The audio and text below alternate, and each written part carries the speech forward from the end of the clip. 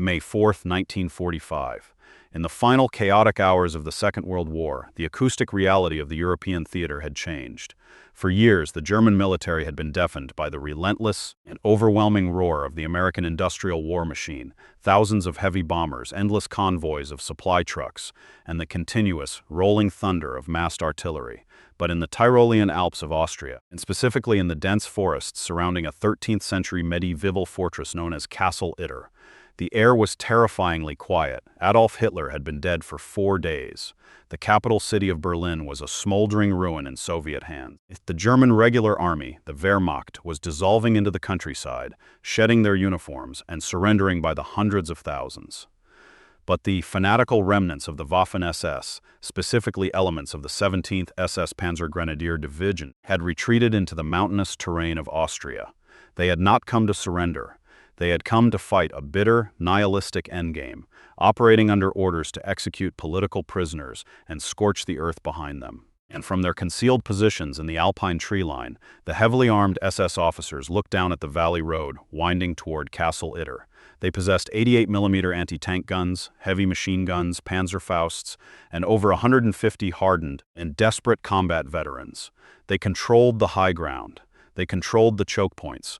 They expected the American army to approach with their usual terrifying caution, preceding any advance with a massive, grid-square erasing artillery barrage, and followed by a battalion of infantry and a column of armored vehicles.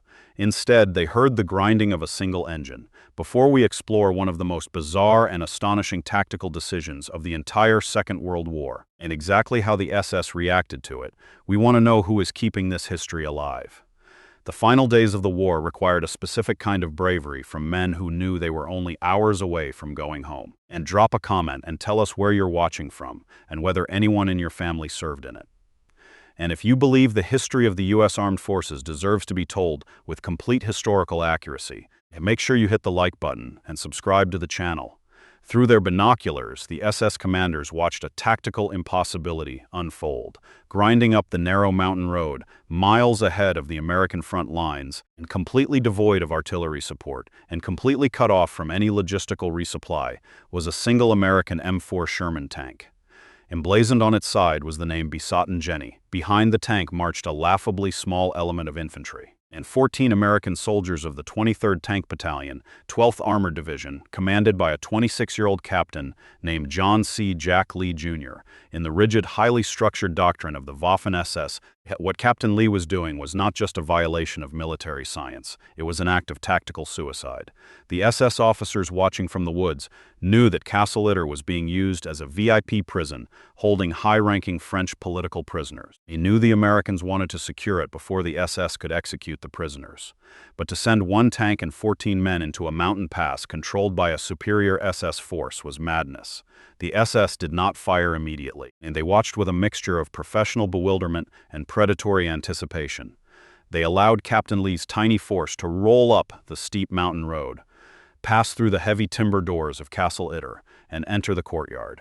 In the minds of the SS commanders preparing to lay siege to the castle, the Americans had just committed a fatal blunder. A medieval castle is a formidable defense against 13th-century arrows, against 20th-century high-explosive artillery and 88mm anti-tank guns. It is nothing more than an inescapable stone trap. By entering the castle, the Americans had locked themselves in a cage, but as the SS units began to encircle the fortress and moving their heavy anti-tank guns into position on the surrounding ridges, the Americans inside the castle did not behave like men who had realized their mistake. Captain Jack Lee did not order his men to hide deep within the stone cellars. He did not radio for a desperate evacuation. Instead, the SS observers watched in stunned silence as the American Sherman tank, Besotten Jenny, roared to life, rotated its chassis, and deliberately wedged its massive steel bulk directly into the main gate of the castle, completely blocking the only entrance. Lee then ordered his men to take up highly visible aggressive firing positions along the ancient battlements. And to the SS officers coordinating the assault, the American strategy defied all logical comprehension.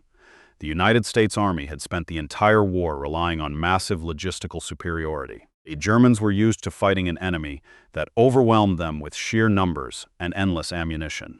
But here, in the final hours of the war, a single American captain had intentionally severed himself from that massive war machine. He had parked his only heavy weapon in the most exposed position possible. An SS Hauptsturmführer, captain, commanding the assault elements, noted the profound psychological dissonance of the moment. The Americans were acting with the terrifying and unbothered arrogance of a force that outnumbered the enemy 10-1, despite the reality that they were entirely surrounded and outnumbered. Captain Lee had evaluated the tactical geometry of the battlefield. He knew the SS had heavy weapons. He knew the stone walls would eventually shatter. But he also understood a fundamental psychological truth about the final days of the war. The SS were fighting for nothing but spite. The Americans were fighting to protect the people inside those walls. As the sun set over the Tyrolean Alps on May 4th, plunging Castle Itter into total darkness, the SS finalized their perimeter. They had 88mm guns dialed in on the main gate. They had machine gun nests covering every window. The trap was set. But as they looked up at the black silhouette of the castle against the night sky, the German veterans felt a creeping sense of unease. They were about to launch a massive assault to wipe out 14 men, but the absolute silence from the American positions suggested that the men inside the walls had already accepted their fate and were simply waiting for the SS to step into the crosshairs. May 5, 1945. At 4 a.m., a Tyrolean valley was violently awakened by the ripping sound of MG-42 machine gun fire. The assault on Castle Itter had begun. The commanders of the 17th SS Panzergrenadier Division, observing the castle from the dark wooded ridges, initiated a meticulously planned infantry assault. Their tactical calculus was brutal and straightforward: pin the American defenders down with overwhelming suppressing fire, and move anti-tank teams into position to neutralize the lone Sherman tank blocking the gate, and then storm the stone courtyard. With a 10-1 numerical advantage, the SS expected the American resistance to collapse within the first hour. And you trap a small detachment of men in a stone structure and subject them to concentrated heavy weapons fire. The psychological pressure typically produces a white flag. But as the SS infantry advanced up the steep, exposed slopes toward the castle walls, and the commanders, listening to the acoustic signature of the battlefield, experienced a profound sense of disorientation. They expected to hear the rhythmic and deep ping of American M1 Garand rifles and the steady thud of the Browning machine gun mounted on the Sherman tank. They did hear those weapons. It mixed seamlessly within the American rate of fire was a sound that fundamentally shattered the SS commanders' understanding of the tactical reality. They heard the rapid, unmistakable burst of German MP-40 submachine guns and the sharp crack of German Kar-98K bolt-action rifles, firing down from the castle battlements directly at the advancing SS troops. The SS commanders halted the advance and frantically demanded radio reports. Had a friendly unit accidentally blundered into the castle? Had the Americans captured German weapons? The truth was something far more bizarre, and to the SS, far more terrifying. Captain Jack Lee and his 14 Americans were not fighting alone. In recognizing the tactical hopelessness of the situation the day before, Lee had accepted the surrender and subsequent alliance of a decorated Wehrmacht officer, Major Josef Gangl, and a dozen of his anti-Nazi German soldiers. And the Americans had actually convinced a unit of the German regular army to turn their weapons against the SS and fight under the command of a 26-year-old American captain. Furthermore, the French political prisoners, including former prime ministers and generals, had refused to hide in the cellars. They had picked up discarded weapons and joined the Americans on the walls. To the SS officers coordinating the siege, this was not just a tactical anomaly, it was a psychological humiliation. The gravitational pull of the American resolve was so absolute that it had actively dissolved the loyalties of the German military and turned prisoners into combatants. Infuriated by this impossible alliance, the SS commander ordered his heavy weapons to end the siege immediately. At 10 a.m., a massive 88mm flak gun, perfectly concealed on a ridge overlooking the castle, dialed in its coordinates. The primary target was the besotten Jenny, the American Sherman tank wedged into the main gate. The 88mm gun fired. The high-explosive armor-piercing shell struck the Sherman with a catastrophic, deafening impact, instantly turning the 30-ton war machine into a burning, shattered wreck.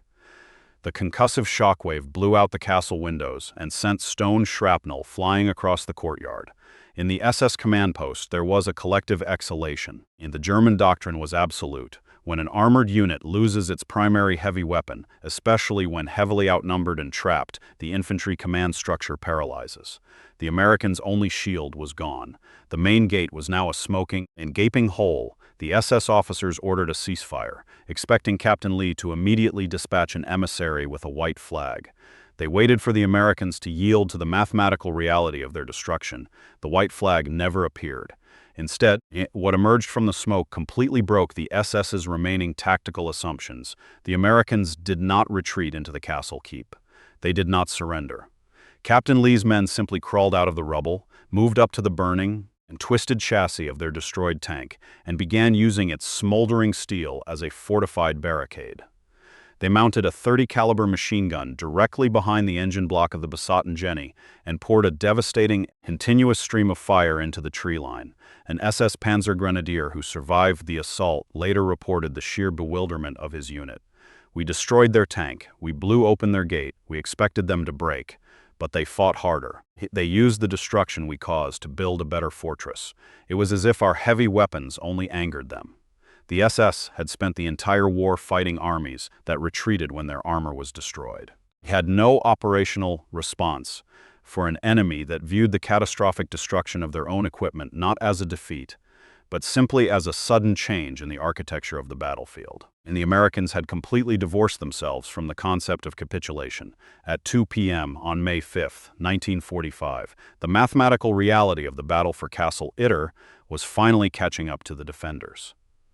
Inside the shattered stone courtyard, Captain Jack Lee and his 14 American soldiers, fighting alongside their bizarre coalition of Wehrmacht defectors and French politicians, were completely running out of ammunition. They were down to their last magazines. A heavy machine gun mounted on the burning wreck of the besotten Jenny had fired its final belt. From their concealed command post in the tree line, the SS officers sensed the shift in the battle's momentum, and the rate of return fire from the castle battlements had drastically slowed. The American resistance was sputtering out. The SS commander ordered his troops to prepare for the final, decisive breach. Elements of the 17th SS Panzergrenadier Division emerged from the alpine forest, dragging heavy scaling ladders and gripping Panzerfaust anti-tank weapons. They began a slow, methodical creep up the steep, exposed slopes toward the stone walls. They expected the Americans to recognize the futility of their situation and finally display the white flag.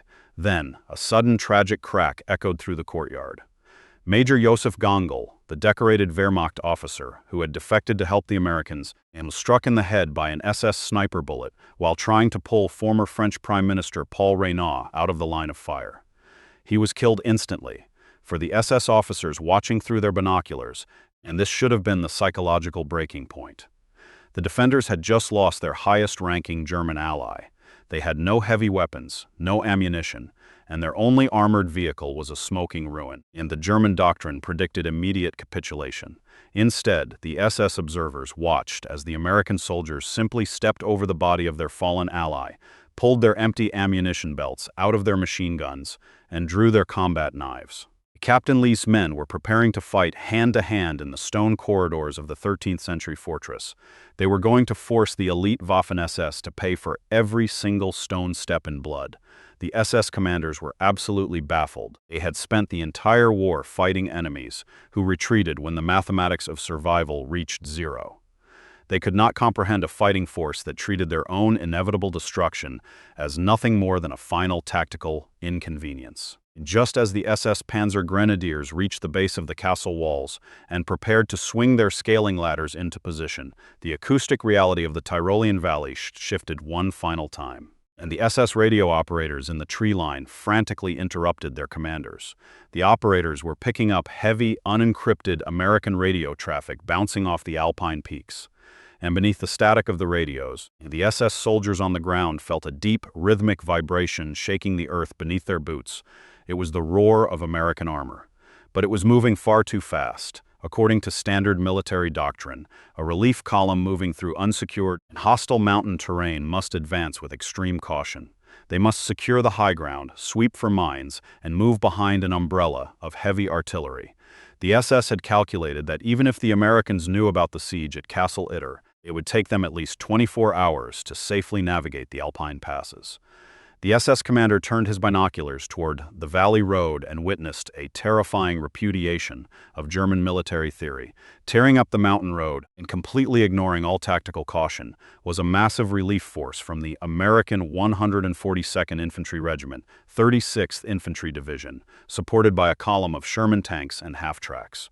They had not stopped to secure the high ground. They had not waited for artillery. Upon hearing that a lone American captain was trapped in a castle, the American relief column had simply put their vehicles into high gear and driven straight into the teeth of the SS perimeter. The psychological impact on the SS was immediate and catastrophic. The German veterans, who had spent the last 8 hours trying to dislodge 14 stubborn Americans from a stone box, now found themselves staring down the barrel of a fully mechanized American infantry regiment that was furious, moving at maximum speed and firing indiscriminately into the tree line. The SS perimeter instantly evaporated. The German commander did not even have time to issue a formal order to retreat. The sight of the American armor crashing through their roadblocks without slowing down shattered the remaining morale of the 17th SS Panzergrenadier Division. German troops dropped their scaling ladders, abandoned their heavy 88mm anti-tank guns, and vanished into the Austrian woods. More than 100 SS soldiers were captured in the ensuing chaos. The relief column finally smashed through the shattered gates of Castle Itter, they expected to find a traumatized, broken unit of survivors.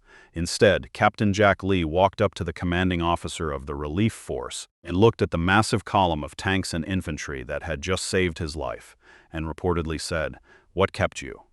In the aftermath of the war, the battle for Castle Itter became a historical footnote and often remembered for its sheer bizarre nature, the only time in World War II that Americans and Germans fought on the same side.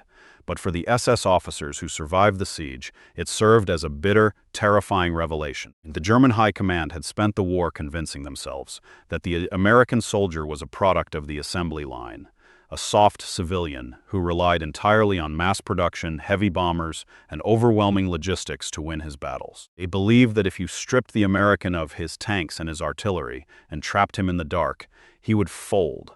But in the final hours of the Third Reich, the SS learned the truth. When they stripped Captain Lee and his men of their armor, and they destroyed their gate, and when they exhausted their ammunition, the Americans did not fold. They simply dug in and refused to die. The Third Reich did not fall just because the Americans built more machines. It fell because, at the very core of that massive industrial war machine, there was an infantryman who had made a permanent decision that he was never ever going to take a step back.